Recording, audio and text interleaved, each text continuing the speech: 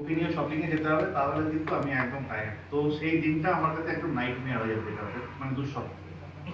তো যেটা আমি করি সেটা হচ্ছে আমার প্রত্যেকটা দিনে একটা সেট করা থাকে রুটিন, যে 3টে টাস্ক আমি সবসময় সেট করি, যে যে 3টে টাস্ক যদি আমার শরীর খারাপ না হয় আর যদি বেঁচে থাকি, তাহলে সেই 3টে টাস্ক আমি দিনে করবোই করবো। এবং সেটা আমি ডিসাইড করি রাত্রে ঘুমোতে যাওয়ার আগে, প্রিভিয়াস।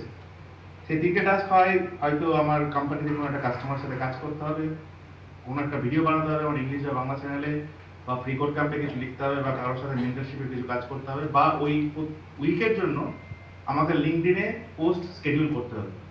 লিঙ্কডইনে পোস্ট শিডিউল করা যায়। আর যদি আমার লিঙ্কডইনে পোস্ট থাকে, আপনারা ভাবেন যে আমি প্রত্যেকদিন গিয়ে লিখি, না, আমি একটা দিন নিই যেটা 3-4 দিনের জন্য পোস্ট শিডিউল করে রেখে দিই, যাতে আমার মাথা ব্যথা না থাকে।